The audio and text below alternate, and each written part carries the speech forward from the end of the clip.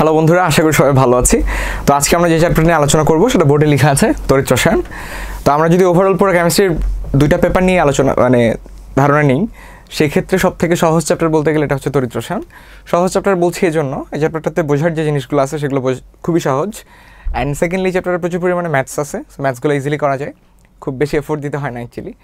আর mostly যে থিওরিজগুলো আছে থিওরিজগুলো সহজে বোঝা যায়। আশা করি সবাই এটা পছন্দ করো চ্যাপ্টারটা। অ্যান্ড এই চ্যাপ্টারটার ওভারঅল সব কিছু নিয়ে আমরা আলোচনা করব।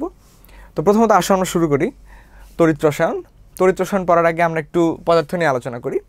আমরা এই চ্যাপ্টারের জন্য পদার্থকে দুই ভাগে ভাগ করছি। দ্যাট মিনস তড়িৎ পরিবাহিতার ভিত্তিতে পদার্থকে আমরা দুই ভাগে ভাগ করি। একটা হচ্ছে তড়িৎ পরিবাহী, যেটাকে আমরা বলছি কন্ডাক্টর, আরেকটাকে বলি হচ্ছে তড়িৎ অপরিবাহী, যেটাকে আমরা বলছি ইনসুলেটর। ওকে, পরিবাহী দ্যাট মিনস যারা হচ্ছে বিদ্যুৎ পরিবহন করে তাদেরকে টোটাল দুই ভাগে ভাগ করা হয়। একটা হচ্ছে তড়িৎ বিশ্লেষ্য আর একটা হচ্ছে তড়িৎ অবিশ্লেষ্য। তাহলে এখানে জানতে হবে যে তড়িৎ বিশ্লেষ্য কারা আর হচ্ছে তড়িৎ অবিশ্লেষ্য কারা। আচ্ছা, একটু একটু করে আসি। পরিবাহী বলতে বোঝানো হয় যেসব পদার্থ বিদ্যুৎ পরিবহন করে। ওকে, যেসব পদার্থ বিদ্যুৎ পরিবহন করে তাদের একটা ভাগ হচ্ছে তড়িৎ বিশ্লেষ্য বা ইলেকট্রোলাইটিক। ইলেকট্রোলাইটিক বলতে কি বোঝানো হবে, যেসব পদার্থের মধ্য দিয়ে বিদ্যুৎ পরিবহন করে এবং বিদ্যুৎ পরিবহিত হওয়ার কারণে ওই পদার্থগুলো যদি ভাঙে বা আয়নিত হয়, সেসব পদার্থকে আমরা বলবো হচ্ছে তড়িৎ বিশ্লেষ্য। আর যেসব পদার্থের মধ্যে দিয়ে বিদ্যুৎ পরিবহন করে কিন্তু বিদ্যুৎ পরিবহন করার কারণে সেই পদার্থগুলোর কোনো ধরনের ভাঙন ঘটে না, সেগুলোকে আমরা বলি হচ্ছে তড়িৎ অবিশ্লেষ্য বা ইলেকট্রনিক। আচ্ছা, এগুলোর খুব ভালো এক্সাম্পল হতে পারে কি? ভালো এক্সাম্পল হচ্ছে বিভিন্ন ধরনের ধাতু। যেমন আমাদের বাসার যে কারেন্টের তারগুলো আছে, কারেন্টের তারগুলোর জন্য কপার ব্যবহার করা হয় এবং এই কারেন্টের তারগুলোর মধ্যে দিয়ে কন্টিনিউয়াসলি দিনরাত 24 ঘন্টা কারেন্ট ফ্লো হচ্ছে। তো এটার কারণে কি আমার তারটা কি নষ্ট হয়ে যাচ্ছে বা কপার কি নষ্ট হয়ে যাচ্ছে বা কপার কি ভেঙে যাচ্ছে? অ্যাকচুয়াল হচ্ছে না, ভেঙে যাচ্ছে না। সেই জন্য এগুলোকে বলা হয় তড়িৎ অবিশ্লেষ্য বা ইলেকট্রনিক। ওকে, এবার আসেন তড়িৎ বিশ্লেষ্য যারা, দ্যাট মিনস যাদের মধ্যে দিয়ে কারেন্ট ফ্লো করলে তারা ভাঙে বা আয়নিত হয়, তাদেরকে দুই ভাগে ভাগ করা হয়। একটা হচ্ছে তীব্র, একটা হচ্ছে মৃদু। যাদের মধ্য দিয়ে কারেন্ট ফ্লো অনেক বেশি হয় এবং অনেক বেশি পরিমাণে ভাঙে তাদেরকে তীব্র তড়িৎ বিশ্লেষ্য বলা হবে, এবং যাদের মধ্যে দিয়ে কম তড়িৎ পরিবাহিত হয় এবং কম পরিমাণে ভাঙে তাদেরকে বলা হবে মৃদু তড়িৎ বিশ্লেষ্য। ওকে, এখন একটু এক্সাম্পল দেখি। তড়িৎ বিশ্লেষ্য কারা হবে? সবসময় মনে রাখবেন তড়িৎ বিশ্লেষ্য হবে সব ধরনের লবণ, সব ধরনের অ্যাসিড এবং বেজ। ওকে, তাহলে তীব্র কারা হবে? তীব্রর ক্ষেত্রে মনে রাখবেন যারা শক্তিশালী তারা সবসময় তীব্র হবে। যেমন শক্তিশালী লবণ হতে পারে, তারপরে শক্তিশালী অ্যাসিড হতে পারে, তারপরে শক্তিশালী বেজ হতে পারে। আচ্ছা, তাহলে সিমিলারলি মৃদুর ক্ষেত্রে চিন্তা করেন কারা মৃদু হবে? এটাও সিম্পল, যারা হচ্ছে দুর্বল লবণ বা স্বল্প দ্রবণীয় লবণ বলা যেতে পারে, তারপর হচ্ছে দুর্বল অ্যাসিড, তারপর হতে পারে দুর্বল ক্ষার। এদেরকে আমরা বলবো মৃদু তড়িৎ বিশ্লেষ্য। আচ্ছা, আর তড়িৎ অবিশ্লেষ্য কারা? তড়িৎ অবিশ্লেষ্য হচ্ছে তারাই যারা হচ্ছে শুধুমাত্র কারেন্ট ফ্লো করে কিন্তু তারা নিজেরা ভাঙে না। এসবের সব থেকে ভালো এক্সাম্পল হচ্ছে ধাতু, দ্যাট মিনস সকল ধরনের ধাতু, এবং যারা অধাতু তাদের মধ্যে শুধুমাত্র একটা এক্সাম্পল পাওয়া যায়, সেটা হচ্ছে গ্রাফাইট। ওকে, আর আরেকটা জিনিস বলতে ভুলে গেছি, সেটা হচ্ছে মৃদু তড়িৎ বিশ্লেষ্যের মধ্যে আরেকটা জিনিস অ্যাড হয়, সেটা হচ্ছে পানি। পানিও মৃদু তড়িৎ বিশ্লেষ্য, হালকা কারেন্ট ফ্লো হয় পানির মধ্য দিয়ে। তো এতটুকু মনে রাখলে আসলে আমাদের জন্য চলবে, দ্যাটস এনাফ। আচ্ছা, আরেকটা জিনিস একটু আমাদের মাথায় রাখেন, এই চ্যাপ্টারের মেইন যে পার্ট আমরা আলোচনা করব বিভিন্ন ধরনের কোষ নিয়ে। কোষ মানে কি আমরা জানি, যেখানে বিভিন্ন ধরনের তড়িৎদ্বার থাকে, ক্যাথোড থাকে, অ্যানোড থাকে, ব্যাটারি থাকে অথবা ব্যাটারি তৈরি হয়, বিভিন্ন ধরনের তড়িৎ বিশ্লেষ্য থাকে। তো এই কোষকে আমরা হচ্ছে টোটাল দুই ভাগে ভাগ করি। একটা হচ্ছে তড়িৎ বিশ্লেষণ কোষ, আরেকটা হচ্ছে তড়িৎ রাসায়নিক কোষ। এই দুইটা ক্যাটাগরিতে ভাগ করা হয়। তো তড়িৎ বিশ্লেষণ কোষ কাদেরকে বলা হবে? এটা খুব সিম্পল, যেসব কোষ বিদ্যুৎ শক্তিকে ব্যবহার করে সেটাকে রাসায়নিক শক্তিতে কনভার্ট করে তাদেরকে আমরা বলবো তড়িৎ বিশ্লেষণ কোষ। আর তড়িৎ রাসায়নিক কোষ কাদেরকে বলবেন?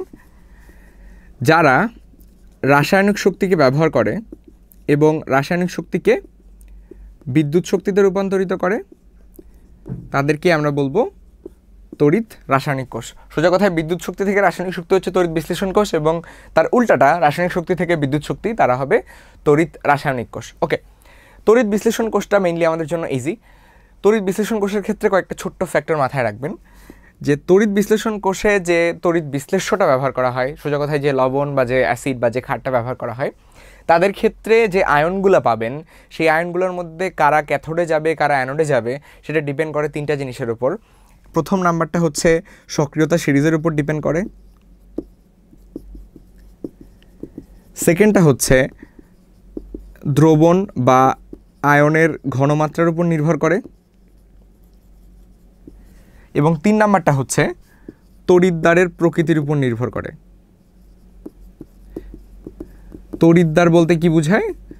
তড়িৎদ্বার বলতে বোঝায় ওই ধাতুটার ইলেকট্রোড ইংলিশে, এবং অন্য ক্ষেত্রে বলতে পারেন অ্যানোড বা ক্যাথোড। তো আপনি একটা কোষের ক্ষেত্রে আপনি কী ধরনের অ্যানোড বা ক্যাথোড ব্যবহার করছেন সেটার উপরে ডিপেন্ড করতে পারে যে কোন আয়নটা ক্যাথোডে বা কোন আয়নটা অ্যানোডে যাবে। তো এই 3টা ফ্যাক্টর মাথায় রেখেন। অনেক ক্ষেত্রে এমসিকিউ এর ক্ষেত্রে জিজ্ঞাসা করে যে কোন অ্যানায়ন বা ক্যাটায়ন ক্যাথোডে বা অ্যানোডে যাবে, বা কে আগে যাবে বা কে পরে যাবে, কোন ফ্যাক্টরের উপর ডিপেন্ড করে, কোন জিনিসগুলোর উপর ডিপেন্ড করে, সেটা হচ্ছে 3টা ফ্যাক্টর। এই ছোটো জিনিসটা মাথায় রাখলেই আমাদের জন্য চলবে। বন্ধুরা, এখন আমরা যে টপিকটা আলোচনা করব সেটা হচ্ছে তড়িৎ বিশ্লেষণ কোষ। তো তড়িৎ বিশ্লেষণ কোষ কি সেটা একটু আমাদের ভিজুয়ালি দেখে চেনা উচিত, যে দেখতে কীরকম আসলে। তো একটা তড়িৎ বিশ্লেষণ কোষ দেখতে আসলে এরকমই, যেরকমটা চিত্র দেখতে পাচ্ছেন। তো একটা পাত্র থাকে, পাত্রের মধ্যে বিভিন্ন ধরনের তড়িৎ বিশ্লেষ্য থাকে।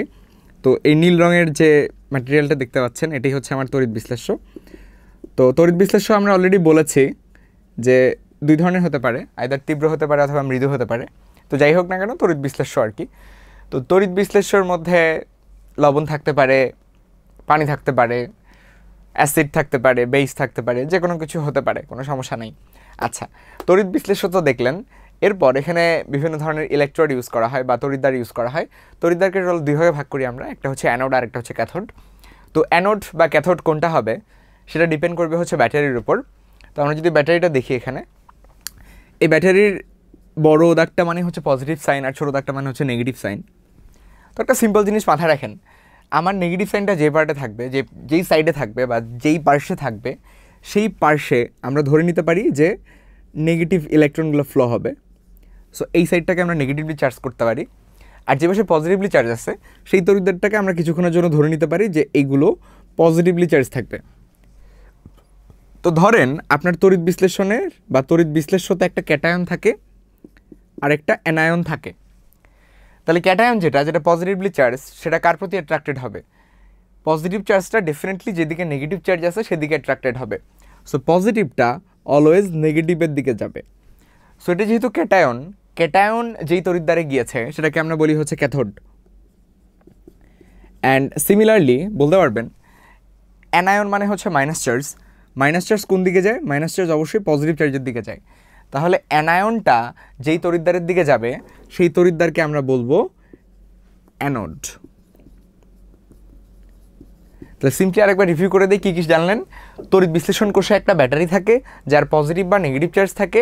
পজিটিভ সাইডের দিকে যে ইলেকট্রোডটা থাকে সেটাকে বলা হয় অ্যানোড, নেগেটিভ সাইডের দিকে যে তড়িৎদ্বারটা থাকে সেটাকে বলা হয় ক্যাথোড।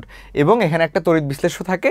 তড়িৎ বিশ্লেষ্য থাকার কারণে কি হয়, এখানে পজিটিভ বা নেগেটিভ চার্জ থাকে, সোজা কথায় ক্যাটায়ন বা অ্যানায়ন থাকে। এখানে তড়িৎ বিশ্লেষ্য একটা দিয়েছি আমি, চাইলে এখানে একের অধিক তড়িৎ বিশ্লেষণ বা তড়িৎ বিশ্লেষ্য দেওয়া যেতে পারে। সেক্ষেত্রে আমার ক্যাটায়নের পরিমাণ অধিক থাকবে বা অ্যানায়নের পরিমাণ অধিক থাকবে। এবং ক্যাটায়ন বা অ্যানায়নের পরিমাণ যদি অধিক থাকে, মানে একের অধিক থাকে, সেক্ষেত্রে আমরা 3টা ফ্যাক্টর মাথায় রাখবো। দ্যাট মিনস ক্যাটায়নগুলোর মধ্যে কে আগে ক্যাথোডে যাবে বা অ্যানায়নগুলোর মধ্যে কে আগে অ্যানোডে যাবে, এটা 3টা ফ্যাক্টরের উপর ডিপেন্ড করে। সেটা একটু আগে বলেছি, এক সক্রিয়তা সিরিজে কে আগে তার উপর, অথবা আমরা বলতে পারি যে কোন আয়নগুলোর ঘনমাত্রা বেশি আসে সেটা আগে যেতে পারে, অথবা লাস্ট ফ্যাক্টর হচ্ছে কী ধরনের তড়িৎদ্বার বা কী ধরনের ক্যাথোড বা অ্যানোড ব্যবহার করেছি সেইটার উপর ডিপেন্ড করে ক্যাটায়ন বা অ্যানায়নগুলো তড়িৎদ্বারে যেতে পারে। ওকে, এই হচ্ছে আমার মোটামুটি তড়িৎ বিশ্লেষণ কোষের একটা ছোট্ট সামারি। তো এখন মেইন যে টপিকটাতে আমরা আসবো, যেটা দিয়ে আমাদের ম্যাথস করতে হবে, যেটা দিয়ে আমাদের ফর্মুলা জেনারেট করতে হবে, সেটা হচ্ছে ফ্যারাডের প্রথম সূত্র। তো ফ্যারাডের প্রথম সূত্রটা কি বলেছে এটা আর বাংলায় না লিখে আমি আপনাদেরকে সিম্পলি চিত্রটা দিয়ে বুঝাই দিই। তো ক্যাটায়নগুলো যদি আমার ক্যাথোডের গায়ে জমা হয় তাহলে কি হবে? ক্যাথোডটা আগের থেকে একটু বড় হবে, সোজা কথায় ক্যাথোডের ভরটা বাড়বে।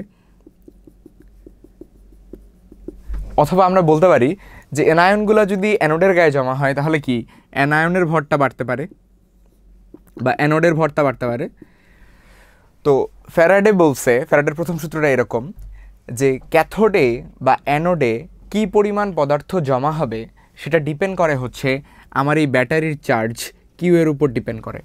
তার মানে হচ্ছে ব্যাটারিতে কী পরিমাণ চার্জ আমি প্রোভাইড করতেছি তার উপর ডিপেন্ড করবে ক্যাথোডে বা অ্যানোডে কী পরিমাণ পদার্থ জমা হবে।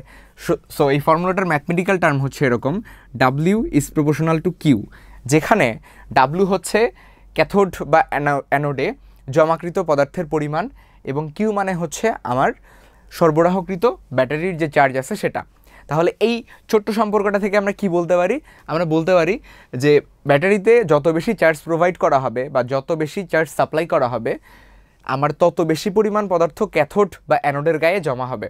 ঠিক আছে, এটাই হচ্ছে ফ্যারাডের ফার্স্ট ল, যত বেশি ব্যাটারির চার্জ তত বেশি ক্যাথোড বা অ্যানোডে পদার্থের জমা হওয়ার পরিমাণ।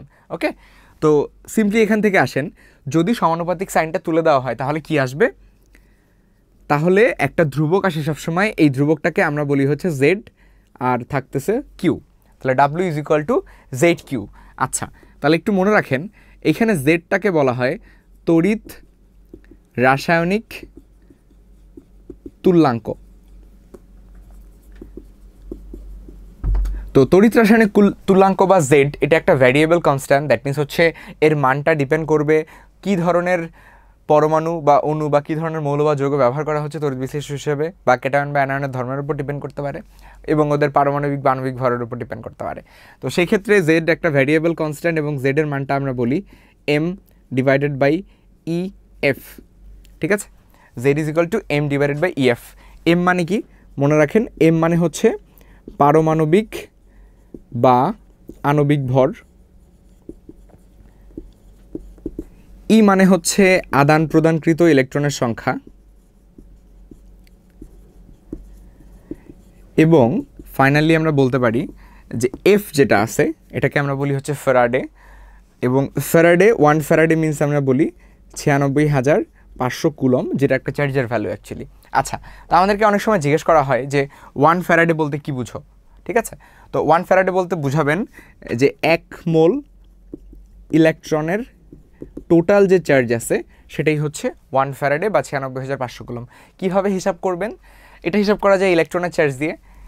বলেন যে একটি ইলেকট্রনের চার্জ কত? একটি ইলেকট্রনের চার্জ হচ্ছে 1.6 × 10⁻⁻19 কুলম, এটা তো বলাই যায়। আচ্ছা, এবার 1 মোল ইলেকট্রনের চার্জ কীভাবে হিসাব করব? আমরা জানি 1 মোল ইলেকট্রন মানে হচ্ছে অ্যাভোগাড্রো সংখ্যক ইলেকট্রন, এবং যার মান হচ্ছে 6.023 × 10⁻23। তাহলে আমাদেরকে বলতে হবে যে একটা ইলেকট্রনের চার্জ যদি 1.6 × 10⁻19 কুলম হয়, তাহলে 6.023 × 10⁻23টি ইলেকট্রনের চার্জ কত হবে সেটা যদি আমরা হিসাব করি, তাহলে টোটাল যে চার্জটা আমরা পাবো সেটাই হচ্ছে আমাদের 1 ফ্যারাডে। আচ্ছা, তাহলে একটু গুণ করে দেখেন, ক্যালকুলেটর নিয়ে হাতে এই দুটো জিনিস গুণ করে দেখবেন যে আপনাদের মানটা প্রায় 96,500 কুলম্বের কাছাকাছি আসবে। এক্স্যাক্টলি 96,500 নাও আসতে পারে, কেননা আমরা ইলেকট্রনের চার্জটা একদম পূর্ণ ভ্যালু ইউজ করি নাই বা অ্যাবসলিউট ভ্যালু ইউজ করি নাই, একটু ছোটো করে ইউজ করতেছি। আবার অ্যাভোগাড্রো সংখ্যাটাও কিন্তু এক্স্যাক্টলি এটা না, এটার আরও এক্সপ্যানশন আছে। তো পুরো ভ্যালুটা যদি এক্স্যাক্টলি ইউজ করা হয় তাহলে 96,500 কুলম পাওয়া যায়। এই হচ্ছে আমার 1 ফ্যারাডে। আচ্ছা, তো আমরা এতক্ষণ যেটা পেলাম যে Z is equal to M by EF, সেটা যদি এখানে সাবমিট করি তাহলে আমরা পাবো W is equal to M by EF into Q. এইটা সরাসরি ম্যাথস করার জন্য আমরা ফর্মুলা হিসেবে ইউজ করতে পারি। আচ্ছা, এই জিনিসটাকে চাইলে আরেকটু ভাঙা যায়, আরেকটু এক্সপ্যান্ড করা যায়। কীভাবে এক্সপ্যান্ড করবো দেখেন, কিউ মানে কিন্তু চার্জ। ঠিক আছে, তো আমরা যখন ফিজিক্স পড়ছি তখন ওখানে তড়িৎ প্রবাহ বলে একটা টার্ম ছিল যেটাকে আমরা আই বলতাম। ঠিক আছে, আই কাকে বলতেন? আমরা বলতাম যে একক সময়ে যে পরিমাণ চার্জ প্রবাহিত হয় কোনো একটা পরিবাহীর ভিতর দিয়ে সেটাই হচ্ছে তার তড়িৎ প্রবাহ। তো ওইখানে আমরা স্মল কিউ লিখতাম, কেমিস্ট্রিতে আমরা এটাকে ক্যাপিটাল কিউ লিখি। তো Q by T, I is equal to Q by T লিখতাম আমরা ফিজিক্সে। তো I is equal to Q by T থেকে আমরা লিখতে পারি Q is equal to I T. তাহলে আমরা কিউকে এক্সপ্যান্ড করে লিখতে পারি তড়িৎ প্রবাহ ইনটু সময়। ঠিক আছে, তাহলে এই জায়গাটাতে আমরা একটু এক্সপ্যান্ড করে কি লিখব যে এম বাই ইএফ, কিউ এর পরিবর্তে লিখব আইটি। তাহলে W is equal to M by EF into IT. এই সিম্পল ফর্মুলাটা দিয়েও ম্যাথ করা যাবে। তো কীভাবে ম্যাথ করবেন সেটা ডিপেন্ড করবে ডেটার উপরে। যদি চার্জ সরাসরি ইউজ করতে হয় তাহলে এই ফর্মুলা ইউজ করবেন, আর যদি তড়িৎ প্রবাহ এবং সময় ইউজ করতে হয় সেক্ষেত্রে আমরা পরের ফর্মুলাটার দিকে আগাবো।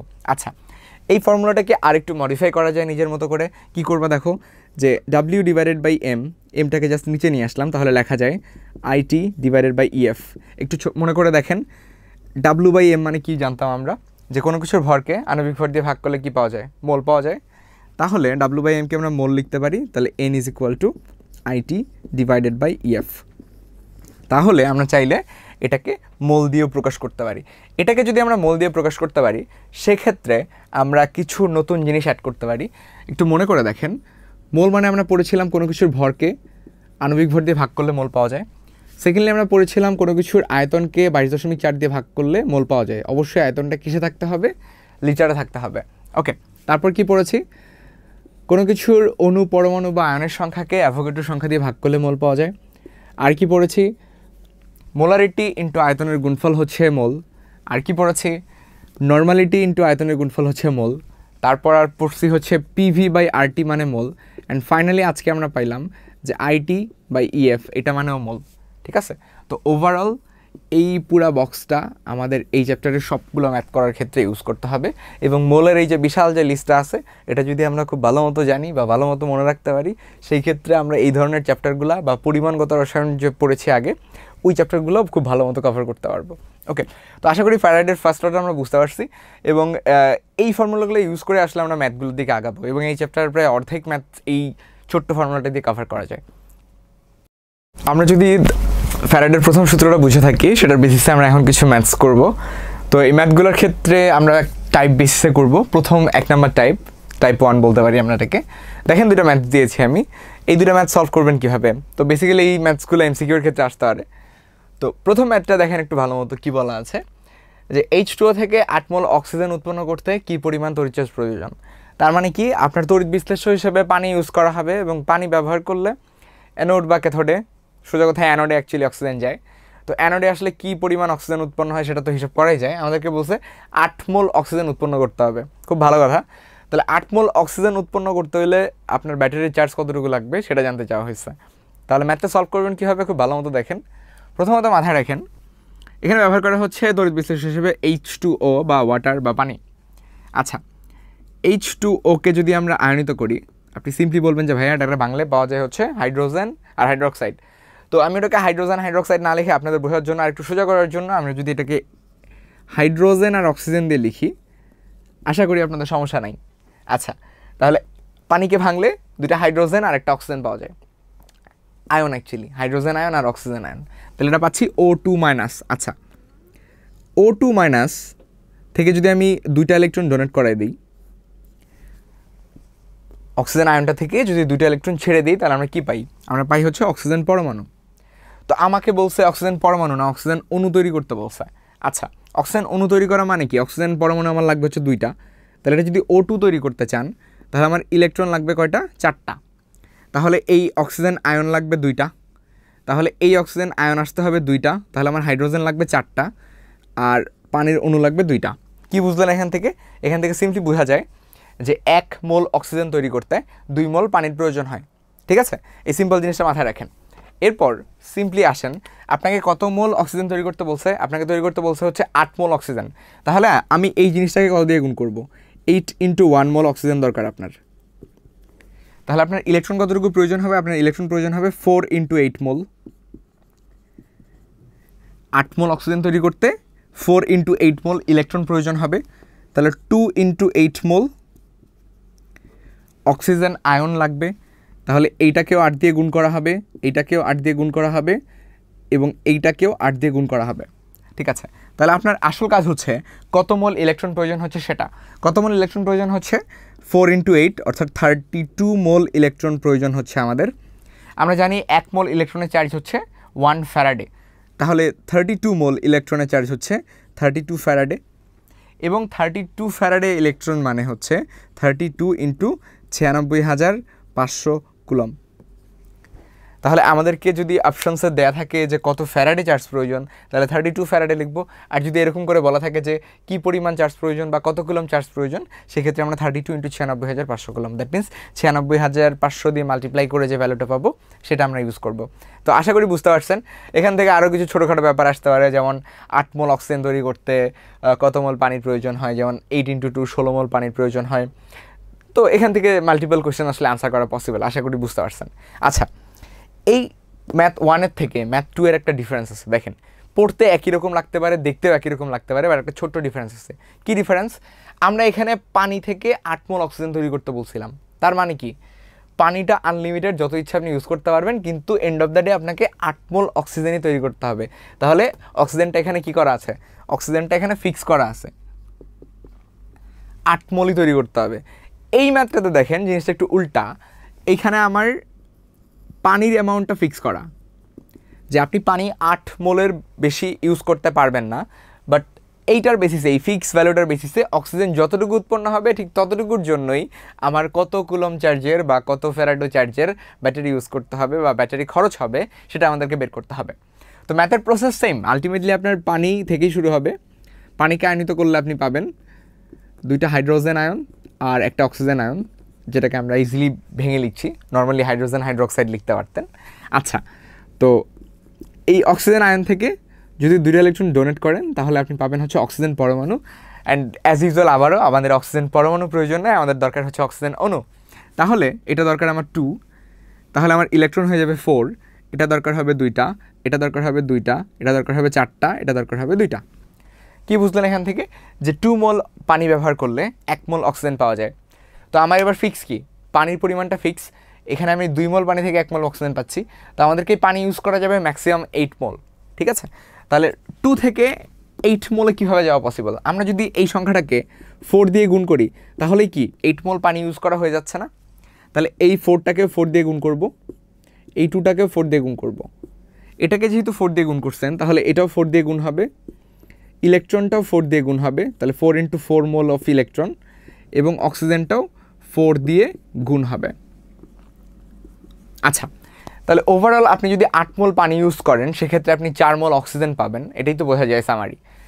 মেইন কনসার্ন হচ্ছে ইলেকট্রন কত মোল প্রয়োজন হচ্ছে। ইলেকট্রন হচ্ছে 4 × 4, দ্যাট মিনস 16 মোল ইলেকট্রন প্রয়োজন হচ্ছে।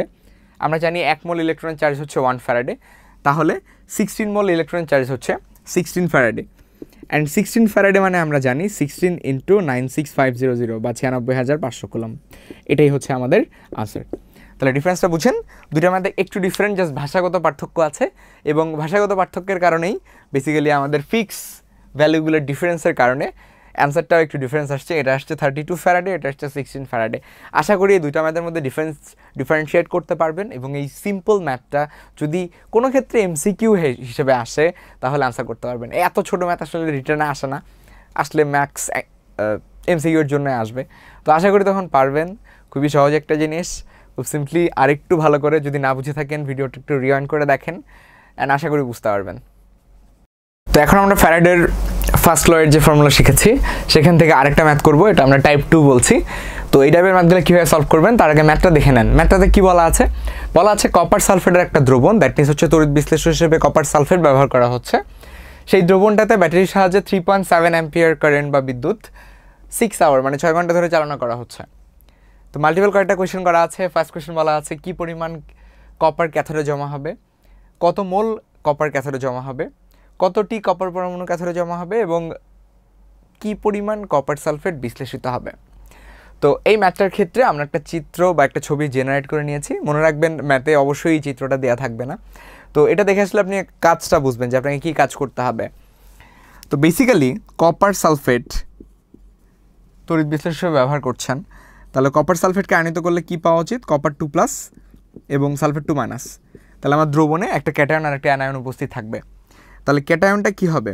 ক্যাথোডের প্রতি অ্যাট্রাক্টেড হবে, কপারটা ক্যাথোডে যাবে, কপার আয়ন অ্যাকচুয়ালি ক্যাথোডে যে কী করবে? 2টা ইলেকট্রন গ্রহণ করবে, গ্রহণ করে কপার ধাতু হবে।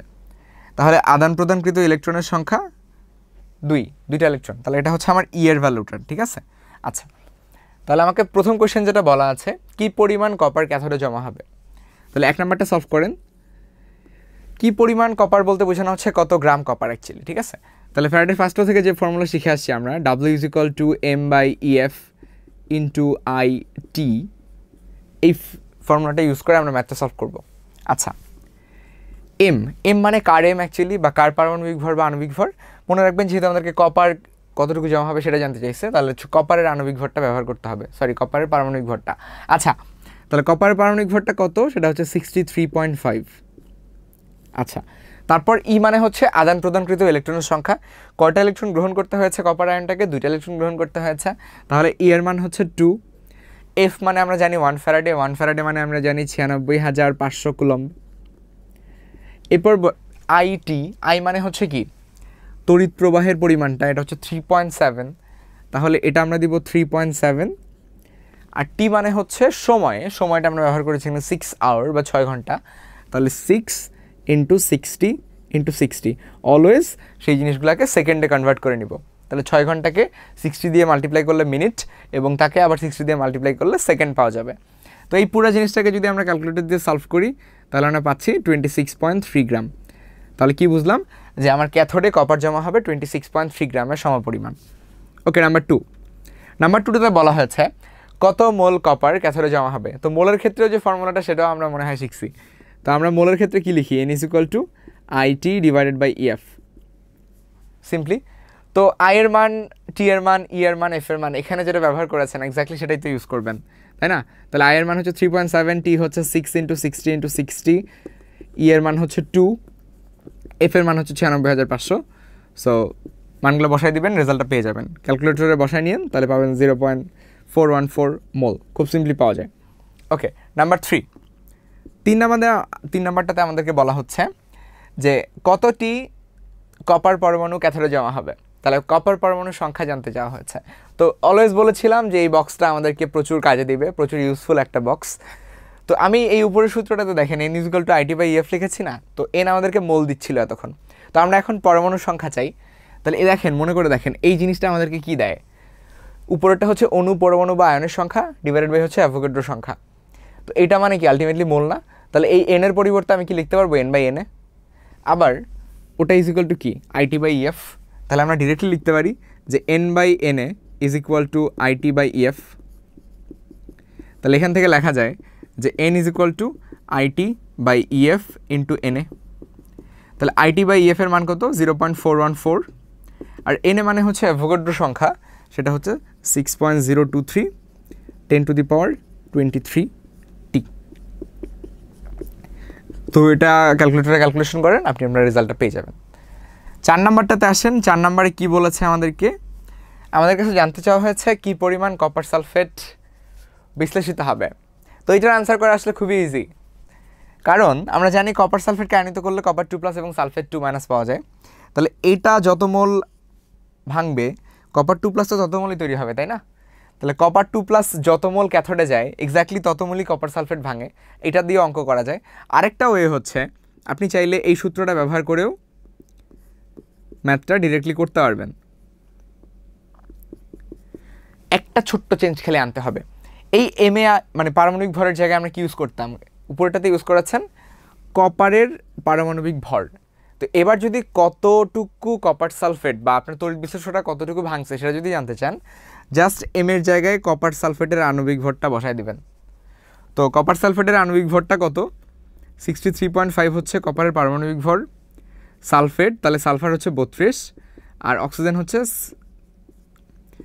16 × 4, তাহলে 64 ডিভাইডেড বাই 2 × 96,500 ইন্টু IT, তাহলে 3.7 × 6 × 60 × 60। তাহলে এটা যদি আমরা ডিরেক্টলি বসাই তাহলে আমাদের চলে আসবে 66.033 গ্রাম। তাহলে এইভাবে এত গ্রাম কপার সালফেট আপনি চাইলে বিশ্লেষিত করতে পারবেন বা বিশ্লেষিত হবে আমার এইটার বেসিসে। আচ্ছা, এরপরে এই ম্যাথটাকে চাইলে আপনি অন্যভাবেও করতে পারতেন, যেটা আমি শুরুতে বলেছি যে আপনার কপার 2+ যতটুকু ক্যাথোডে যায় ঠিক ততটুকুই কপার সালফেট ভাঙে। তাহলে W/M = N লেখা যায়। তাহলে W হবে N × M।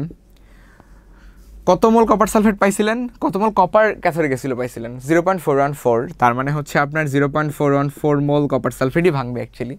এটাকে জাস্ট কপার সালফেটের আণবিক ভর দিয়ে আপনি মাল্টিপ্লাই করবেন 63.5 প্লাস 32 প্লাস 64, ঠিক আছে? তাহলে এটা মাল্টিপ্লাই করেন, দ্যাট মিনস মোল সংখ্যাকে আণবিক ভর দিয়ে গুণ করেন, তাহলে আপনি একই রেজাল্ট পাবেন 66.033 গ্রাম। এটাই আমাদের আনসার। তো এইটা আপনি আইদার এটা দিয়েও করতে পারেন অথবা এটা দিয়েও করতে পারেন, যেটা আপনার ভালো লাগে, যেটা আপনার সুবিধা মনে হয়। তো আশা করি ম্যাথটা বুঝতে পারছেন, খুব কঠিন কিছু না, একদম সিম্পল একটা জিনিস, প্রত্যেকটা লাইনে একটা একটার সাথে কানেক্টেড।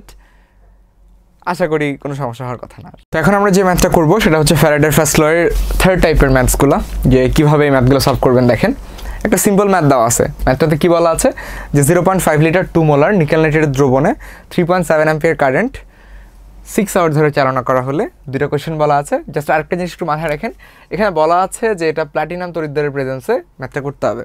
আচ্ছা, ফার্স্ট কোয়েশ্চেনটা কী বলা আছে যে ক্যাথোডে কী পরিমাণ নিকেল জমা হবে সেটা বের করতে বলা হয়েছে, এবং সেকেন্ডলি আমাদেরকে বলা আছে যে তড়িৎ বিশ্লেষণের পর দ্রবণের ঘনমাত্রাটা কত হবে।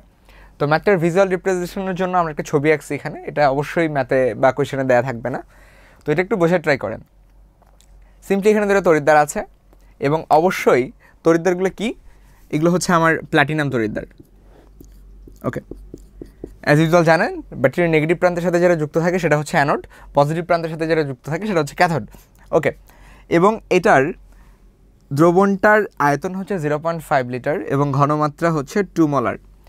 তড়িৎ বিশ্লেষণ হিসেবে কী ব্যবহার করা হয়েছে, ব্যবহার করা হয়েছে নিকেল নাইট্রেট। তার মানে আবার নিকেল নাইট্রেটকে আয়নিত করলে কী কী পাওয়া যায়, এটাকে আয়নিত করলে আমরা পাবো নিকেল 2+, আরেকটা পাবো হচ্ছে নাইট্রেট 2 নাইট্রেট মাইনাস।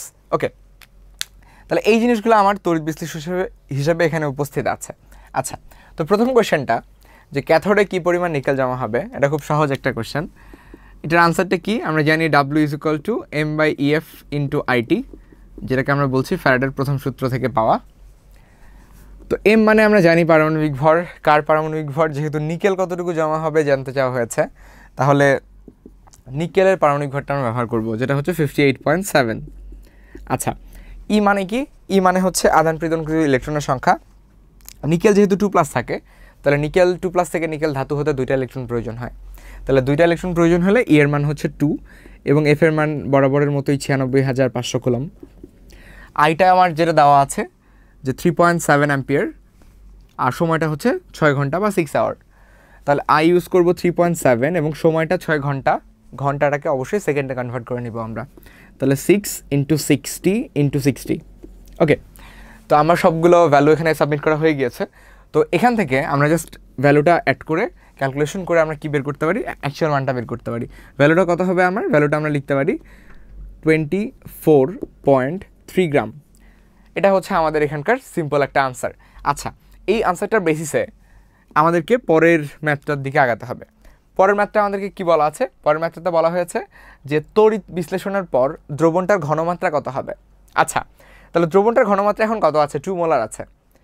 তো অবশ্যই এটা থাকবে না, কেন থাকবে না, কারণ আমার নিকেল নাইট্রেট কিন্তু ব্যবহার করা হচ্ছে। কোথায় ব্যবহার করা হচ্ছে, এই নিকেল নাইট্রেটটা ভেঙে কিছু ক্যাথোডে যাচ্ছে, কিছু অ্যানোডে যাচ্ছে।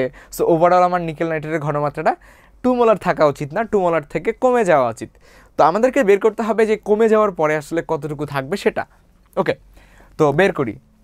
এখানে আমার একটা আয়তন দেওয়া আছে আর একটা ঘনমাত্রা দেওয়া আছে। তাহলে এস আর ভি যেহেতু জানি, তাহলে এখান থেকে দেখেন আমি এস ভি থেকে মোল সংখ্যা বের করতে পারবো। তাহলে আমরা লিখতে পারি যে n = SV। এস এর ভ্যালুটা কত বলা আছে 2 মোলার, তাহলে এস মানে হচ্ছে 2 আর ভি মানে হচ্ছে 0.5, তাহলে 2 × 0.5 দ্যাট মিনস হচ্ছে 1 মোল। সোজা কথায় আমরা যখন বিশ্লেষণটা শুরু করেছি বা তড়িৎ বিশ্লেষণটা শুরু করেছি, আমাদের কাছে 1 মোল নিকেল নাইট্রেট ছিল। ওকে, এরপর কি হবে, এরপর তড়িৎ বিশ্লেষণ হবে। তড়িৎ বিশ্লেষণ হওয়া মানে কি, IT/EF পরিমাণ নিকেল নাইট্রেট ভেঙে যাওয়া মানে ভেঙে যেয়ে সে ক্যাথোড বা অ্যানোডে যাবে। তাহলে IT/EF দ্যাট মিনস 3.7 × 6 × 60 × 60, ই মানে তো জানি 2 আর এফ মানে 96,500। তার মানে এটা যদি আমরা ক্যালকুলেট করি, ধরেন যে পাইলাম 0.414 মোল। কি বুঝলেন এখান থেকে, যে আমার কাছে যদি 1 মোল দ্রবণ থাকতো বা তড়িৎ বিশ্লেষ্য থাকতো, তার মধ্য থেকে 0.414 মোলটা কোথায় গেছে, এরা ভেঙে গেছে এবং ভেঙে যাওয়ার পর ক্যাথোড বা অ্যানোডে গেছে। তাহলে অবশিষ্ট নিকেল নাইট্রেট কতটুকু, অবশিষ্ট নিকেল নাইট্রেট আমরা বলতে পারি 1 মোল থেকে 0.414 মোল বিয়োগ করলে যেটা পাওয়া যায় সেটা হচ্ছে আমার অবশিষ্ট নিকেল নাইট্রেট, এবং যেটার মান হচ্ছে 0.586 মোল। ঠিক আছে, তাহলে এতটুকু আমার দ্রবণে অবশিষ্ট থাকে। তাহলে আমরা আবার জানি N ইকুয়াল টু SV, তাহলে S equal to N divided by V। N মানে যত মোল অবশিষ্ট আছে, তাহলে অবশিষ্ট আছে 0.586 মোল নিকেল নাইট্রেট, এবং আয়তন তো চেঞ্জ হবে না, আয়তন তো আমাদের যা ছিল 0.5 লিটার ছিল সেটাই থাকবে। তাহলে 0.5 লিটার দিয়ে আমরা এই ভ্যালুটাকে ভাগ করব। তাহলে যে রেজাল্টটা পাবো ক্যালকুলেশন করে দেখেন, সেটাই হচ্ছে আমার ঘনমাত্রা। তাহলে আমরা বলতে পারবো যে 3.7 অ্যাম্পিয়ার কারেন্ট 6 ঘন্টা ধরে চালনা করার পর দ্রবণটার ঘনমাত্রা চেঞ্জ হবে, এবং চেঞ্জ হওয়ার পর 2 মোলার থেকে সেটা কনভার্টেড হয়ে 1.172 মোলারে পরিণত হবে। সো এটাই হচ্ছে আমাদের ম্যাথটার আনসার। অ্যান্ড আশা করছি এই সহজ ম্যাথটা আমরা বুঝতে পারছি। যে ম্যাথটা আমরা একটু আগে করছি ওই ম্যাথটার একটা ক্লাসিক ভার্সন বলতে পারি আমরা এটাকে টাইপ 3, এরপরে আমরা বলতে পারি টাইপ 4। প্রায় একই রকম ম্যাথ, জাস্ট একটা ছোট্ট ডিফারেন্স আছে। দেখে মনে হতে পারে ভাই একটু আগে যে ম্যাথটা করাইছেন ওই ম্যাথটাই তো এখানে লেখা আছে, তো মনে হতে পারে এরকম, বাট অ্যাকচুয়ালি একটু ডিফারেন্স আছে এখানে। কী ডিফারেন্সটা আছে? এই যে দেখেন, এই বাক্সের মধ্যে যে জায়গাটা আছে এটা হলো ডিফারেন্স। তো আগেরটাতে কি ছিল? আগেরটাতে বলা ছিল যে প্লাটিনাম তড়িৎদ্বারের প্রেজেন্সে আপনাকে বাকি কাজগুলো করতে হবে। এবার ঠিক সেই জিনিসটাই চেঞ্জ হয়ে আমরা নিকেল তড়িৎদ্বার ইউজ করছি। তো এখানে আসলে আসল মজাটা কি দেখেন, আপনি এখানে লবণ হিসেবে কি ইউজ করতেছেন? নিকেল নাইট্রেট, এবং সেখানে ক্যাটায়নটাকে নিকেল আয়ন, তাই তো? তো লবণের ধাতুটাকেই যদি আমরা ইলেকট্রোড হিসেবে ব্যবহার করি, অথবা এইভাবে বলতে পারেন যে ইলেকট্রোড যেটা ব্যবহার করা আছে সেই ধাতুর যদি লবণ ব্যবহার করা হয়, সেক্ষেত্রে ক্লাসিফিকেশন বা ক্যাটাগরি একটু চেঞ্জ হয়। ঠিক আছে, তো আমরা ম্যাথগুলো আরেকবার করে দেখি যে আসলে কী হয়। 1 নম্বর ম্যাথ যেটা ছিল যে ক্যাথোডে কী পরিমাণ নিকেল জমা হবে, এটা আগের মতোই থাকবে। ঠিক আছে, যে W = M/EF × IT, তারপর যে ভ্যালুগুলো বসাইছিলাম আগের মতোই 58.7 টু 96,500 × 3.7 ইন্টু হচ্ছে আপনার 6 × 60 × 60। সো ওভারঅল একটু আগে যেটা পাইছিলেন ওটাই আনসার হচ্ছে 24.3 গ্রাম। ভালো কথা। তো পরবর্তীতে যে কোশ্চেনটা আমাদেরকে করা হয়েছে যে তড়িৎ বিশ্লেষণের পর দ্রবণের ঘনমাত্রা কত হবে, তো এটা বের করতে গেলে একটা ছোট্ট ট্রিকই বলতে পারেন। আমার এখানে ক্যাটায়ন কি আছে? নিকেল 2+ কই যাবে? ক্যাথোডের গায়ে যে জমা হবে। এবং মজাটা হচ্ছে এখানে অ্যানোডেও প্লাটিনামের পরিবর্তে নিকেল ধাতু ব্যবহার করা হয়েছে। এখানে অ্যানোডে একটা মজার কাহিনী হবে যে অ্যানোডে তড়িৎদ্বারে যেহেতু নিকেল ধাতু ব্যবহার করা আছে, সো নিকেলটা 2টা ইলেকট্রন ত্যাগ করে নিকেল 2+ হয়ে দ্রবণে আসবে। দ্যাট মিন্স এখান থেকে দ্রবণে আসবে। ঠিক আছে, আবার এখান থেকেই নিকেল 2+টা ক্যাথোডে যাওয়ার সময় নিকেল 2+ ওই 2টা ইলেকট্রন গ্রহণ করে নিকেল ধাতুতে পরিণত হবে। সো ওভারঅল সাইকেলটা কি? অ্যানোড থেকে দ্রবণ, দ্রবণ থেকে ক্যাথোড, অ্যানোড থেকে দ্রবণ, দ্রবণ থেকে ক্যাথোড। সো সময় যত যাবে তত কি হবে? আমার অ্যানোডটা ক্ষয় হবে না, মানে কি অ্যানোডের পরিমাণটা কমে যাবে, আর আমার ক্যাথোডটা কি হবে? ধীরে ধীরে মোটা হবে। সো আমার এই দ্রবণের নিকেল 2+-এর কখনো কি হবে না, ঘাটতি তৈরি হবে না। সো আমার যে ঘনমাত্রার নিকেল নাইট্রেট দ্রবণ আমরা নিয়েছিলাম, দ্যাট মিনস 2 মোলার, ওই ঘনমাত্রাটাই থাকবে। সো সেক্ষেত্রে আমরা 2 নম্বর কোশ্চেন যেটা যে ঘনমাত্রা কত হবে এটার আনসার বলবো যে ঘনমাত্রা অপরিবর্তিত থাকবে। এটার ক্ষেত্রে কোনো ক্যালকুলেশন করার প্রয়োজন নাই। তাহলে যেই লবণ ওই ধাতুটাই যদি ইলেকট্রোড হিসেবে ব্যবহার করা হয় সেক্ষেত্রে ঘনমাত্রার কোনো পরিবর্তন হয় না, এবং আমার ক্লাসিফিকেশন বা অ্যানোড ক্যাথোডের বিক্রিয়াগুলো এভাবে হয়। এই ছোট্ট জিনিসটা মাথায় রাখেন। 3 নম্বর কোয়েশ্চেনটাতে কি বলা আছে দেখেন, যে তড়িৎ বিশ্লেষণের পর ক্যাথোড বা অ্যানোডের ভর কত হবে। তো দেখেন আমরা ফিগারটাতে বলে দিয়েছি যে আমার এই অ্যানোডের ভর দেওয়া আছে 100 গ্রাম, ক্যাথোডের ভর দেওয়া আছে 50 গ্রাম। ওকে, তো আমার কি হচ্ছে? অ্যানোডটা ক্ষয় হচ্ছে, ক্যাথোডটা আরও মোটা হচ্ছে। তাহলে অ্যানোডের ভর অবশ্যই আগের থেকে কি হবে? কমবে। তো অ্যানোডের ভর আগে ছিল হচ্ছে 50 গ্রাম, কতটুকু কমবে? এই যে ডাব্লু যতটুকু পেয়েছেন ততটুকু। তার মানে কি 24.3 গ্রাম ক্যাথোডে জমা হয়, এবং এই এতটুকু জমা হওয়ার জন্য অ্যানোড থেকে এতটুকু ক্ষয় হয়। তাহলে 50 থেকে 24.3 গ্রামটা আমরা মাইনাস করব, তাহলে আমরা পাবো হচ্ছে 25.7 গ্রাম। এরপরে আমাদেরকে বলা আছে যে ক্যাথোডের ভরটা কত হবে। সিম্পলি এটাও বলা যায় যে ক্যাথোডের ভরটা আগে ছিল হচ্ছে 50 গ্রাম, সরি এটা আমরা অ্যাকচুয়ালি 50 না, এটা হচ্ছে 100। 100 থেকে যদি বিয়োগ করেন তাহলে পাবেন হচ্ছে আপনার 75.7 গ্রাম। ওকে, আর ক্যাথোডের ভরটা কত হবে? ক্যাথোডের ভরটা ছিল 50 এবং এটা আগের থেকে আরও মোটা হবে, কারণ কি নতুন করে নিকেল 2+ আসছে, তাহলে অবশ্যই বাড়বে। কতটুকু বাড়বে? যতটুকু ডাব্লু পেয়েছেন ততটুকু। তাহলে এটা 50 প্লাস 24.3 গ্রাম, সো এটা আমাদেরকে দিবে 74.3 গ্রাম। তাহলে অ্যানোড এবং ক্যাথোড দুইটার ভরই পরিবর্তিত হচ্ছে। তো আশা করি এই সিম্পল জিনিসটা বুঝতে পারছেন, একদম কঠিন কিছু নাই। জাস্ট মাথায় রাখবেন যে এই ধরনের ম্যাথের ক্ষেত্রে তড়িৎদ্বার কোনটা ব্যবহার করা হচ্ছে। যদি প্লাটিনাম ব্যবহার করা হয় তাহলে নর্মালি যেভাবে ম্যাথটা করতে হয় ক্যালকুলেশন করে সেভাবে ঘনমাত্রাগুলো চেঞ্জ হবে, ওইভাবে ম্যাথটা করবেন। আর যদি যেই লবণ আছে সেই লবণের ধাতুটাকে ইলেকট্রোড হিসেবে ব্যবহার করা হয়, সেক্ষেত্রে এই নিয়মে টাইপ 4 এর বেসিসে আপনি ম্যাথগুলো করবেন। তো আশা করি বুঝতে পারছেন। এবার জাস্ট আগের টাইপটার মতোই জাস্ট আরেকটা ছোট্ট পরিবর্তন করে নতুন একটা টাইপ, সেটাকে আমরা বলছি টাইপ 5। তো এইটাতে আসলে কী চেঞ্জ হয়েছে দেখেন, উদ্দীপকটা আগের মতোই আছে নিকেল তড়িৎদ্বারের প্রেজেন্সে, একটু ডেটা চেঞ্জ করে দিয়েছি। 5 অ্যাম্পিয়ার বিদ্যুৎ 30 মিনিট ধরে চালনা করা হয়েছে, ঠিক আছে। 1 নম্বর কোয়েশ্চেনটা এক্স্যাক্টলি আগের মতো আছে, ক্যাথোডে কী পরিমাণ নিকেল জমা হবে। তো এটা আপনি আগেরটাতেও পাইছেন যে W = M/EF × IT। তো এম কত আমার? নিকেল যেহেতু, তার মানে হচ্ছে 58.5, ই মানে হচ্ছে 2, এফ মানে 96,500। আমরা জাস্ট এখানে তড়িৎ প্রবাহ আর সময়টা চেঞ্জ করে দিয়েছি। তো তড়িৎ প্রবাহ হচ্ছে 5 আর সময় হচ্ছে 30 মিনিট। তাহলে আই এর মানটা 5 আর টি এর মানটা হচ্ছে 30 × 60 সেকেন্ড। সো আমরা একটা ভ্যালু পাবো, সেটা হচ্ছে 2.74 গ্রাম। আচ্ছা, এটা আশা করি বুঝতে পারছেন, এখানে আসলে বোঝানোর কিছু নাই, সোজা জিনিস। সেকেন্ড কোয়েশ্চেনটা একটু নতুন আমাদের জন্য। কি বলা হয়েছে দেখেন, আমরা যদি ক্যাথোডে ওই নিকেল তড়িৎদ্বারের পরিবর্তে একটা লোহার চামচ ব্যবহার করি, ঠিক আছে, তাহলে ক্যাথোডে একটা লোহার চামচ আছে, অ্যানোডে কিন্তু আগের মতোই আমার নিকেল আছে, ঠিক আছে। এবং আমাদের যে লবণটা আগের মতো নিকেল নাইট্রেটই রাখা আছে।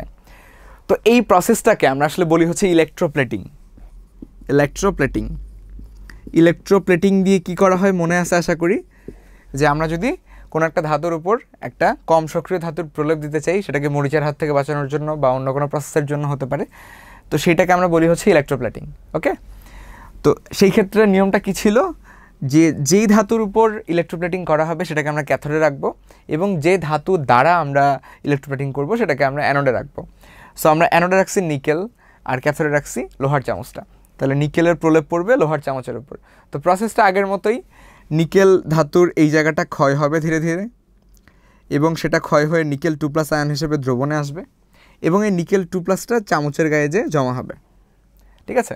কোশ্চেনে আমাদেরকে জানতে চাওয়া হয়েছে যে যদি 7 সেন্টিমিটার স্কোয়ার উপরিতলের ক্ষেত্রফল বিশিষ্ট একটা লোহার চামচ ক্যাথোডে থাকে, তার উপর যদি আমি 5 অ্যাম্পিয়ার কারেন্ট 30 মিনিট ধরে চালনা করি, সেক্ষেত্রে আমার এই চামচের উপর কত পুরুত্বের লোহার প্রলেপ পড়বে। দ্যাট মিনস থিকনেসটা জানতে চাওয়া হয়েছে, যে চামচের উপর প্রলেপের থিকনেসটা কত হবে।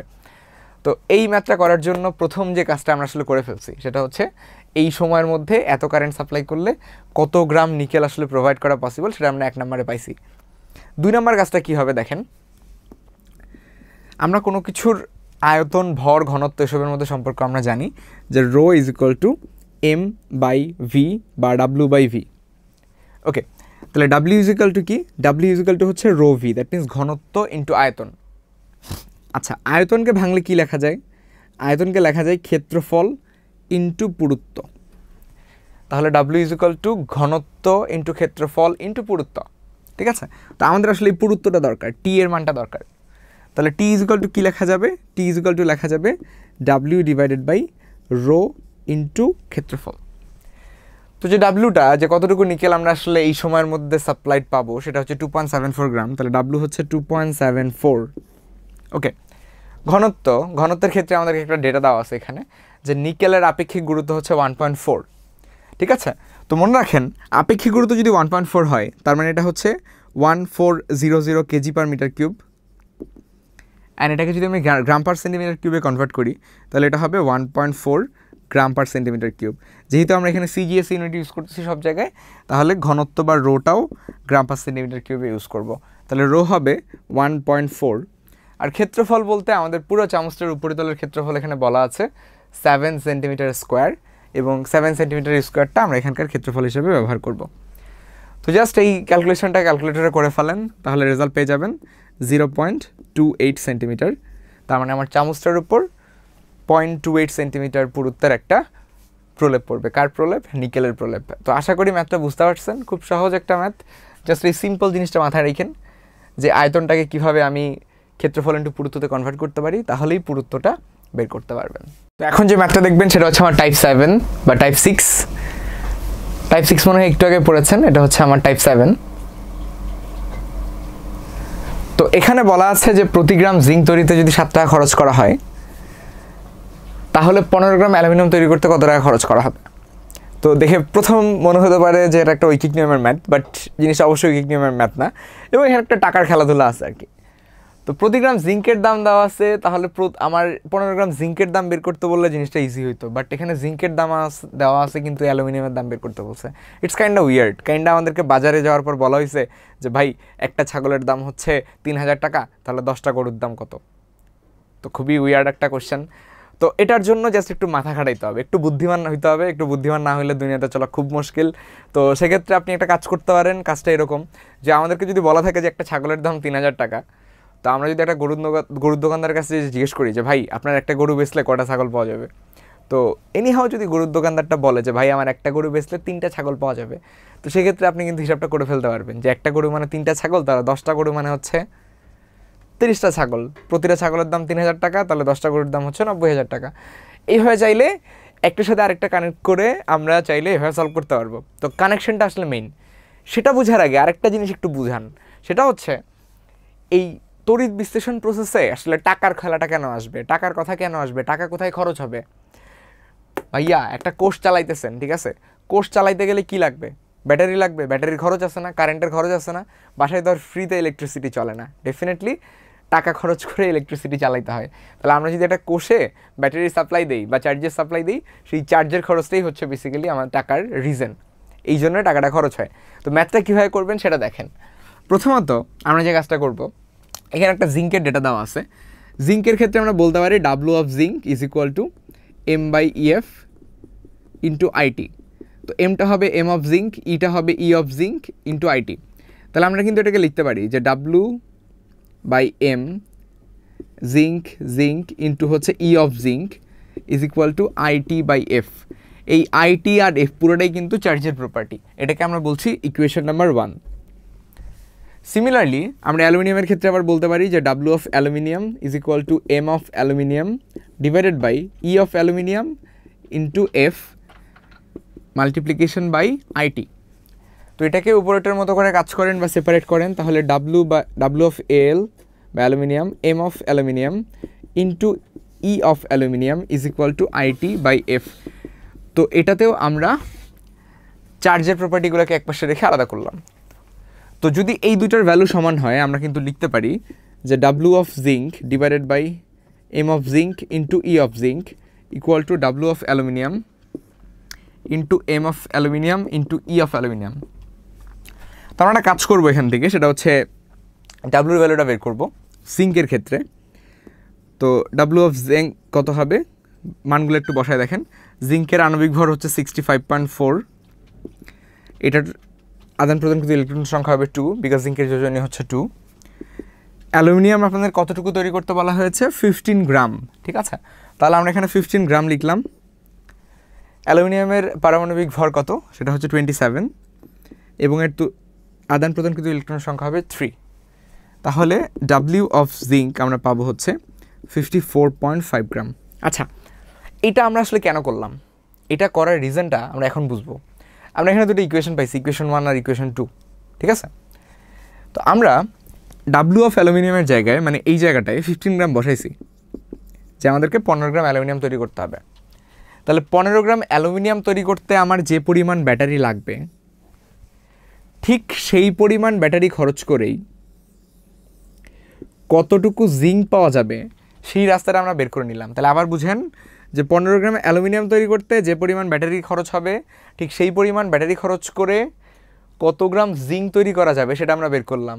তাহলে 15 গ্রাম অ্যালুমিনিয়াম তৈরি করতে যে পরিমাণ ব্যাটারি লাগে, এই 54.5 গ্রাম জিঙ্ক তৈরি করতেও একই অ্যামাউন্ট অফ ব্যাটারি লাগে। তাহলে আমরা একটা কাজ করতে পারি যে আমরা এখানে বলেছি যে 1 গ্রাম জিঙ্কের দাম হচ্ছে বা জিঙ্কের খরচ হচ্ছে 7 টাকা, তাহলে 54.5 গ্রাম জিঙ্কের খরচটা কত হবে? আমরা বলতে পারি 54.5 ইন্টু 7 টাকা, তাহলে আমরা পাচ্ছি 381.5 টাকা। তাহলে এই টাকার খেলাটা হয়ে গেল। টাকার খেলা যদি শেষ হয়ে যায় তাহলে আরেকবার ব্যাপারটা বুঝেন। আমরা 15 গ্রাম অ্যালুমিনিয়াম তৈরি করতে কত টাকা খরচ হয় সেটা জানতে চাইছি জিঙ্কের প্রাইসের ভ্যালুর বেসিসে। তাহলে 15 গ্রাম অ্যালুমিনিয়ামের জন্য ঠিক কতটুকু ব্যাটারি খরচ হয়, ঠিক সেই পরিমাণ ব্যাটারি খরচ করেই কত গ্রাম জিঙ্ক তৈরি করা যায় সেটা আমরা বের করে নিছি। এবং আমরা যদি এইটার প্রাইস বের করি যে 54.5 গ্রাম জিঙ্কে কত টাকা খরচ হবে, ঠিক সেই টাকাটাই কিন্তু আমার 15 গ্রাম অ্যালুমিনিয়াম তৈরি করতেও খরচ হবে, কারণ আমরা ব্যাটারির অ্যামাউন্টটা এখানে সেম ধরে নিয়েছি। তো আপনারা চাইলে এই ধরনের টাকার ম্যাথগুলোর ক্ষেত্রে একটা ছোট্ট ফর্মুলা মনে রাখতে পারেন, সেটা হচ্ছে N1E1 is equal two N2E2। তাহলে এরকম ইকুয়েশন জেনারেট করার প্রয়োজন হবে না। যদি ভরের বেসিসে দেওয়া থাকে তাহলে এনটাকে W/m এ কনভার্ট করে নেবেন, এটাকেও সেম W/m এ কনভার্ট করা যায়, বা আয়তনের বেসিসে থাকলে V/22.4 এ কনভার্ট করে নেবেন।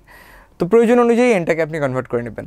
আর ই মানে হচ্ছে আদান প্রদানকৃত ইলেকট্রনের সংখ্যা, এটা তো যোজনী দেখেই বলে ফেলা যায়। তো আশা করি এই ধরনের ম্যাথ বুঝতে পারছেন, খুবই সহজ। আশা করি ফার্দার এই ধরনের প্রবলেম আসলে বা পরীক্ষায় এই ধরনের যে কোনো ম্যাথ আসলে আমরা সলভ করতে পারবো।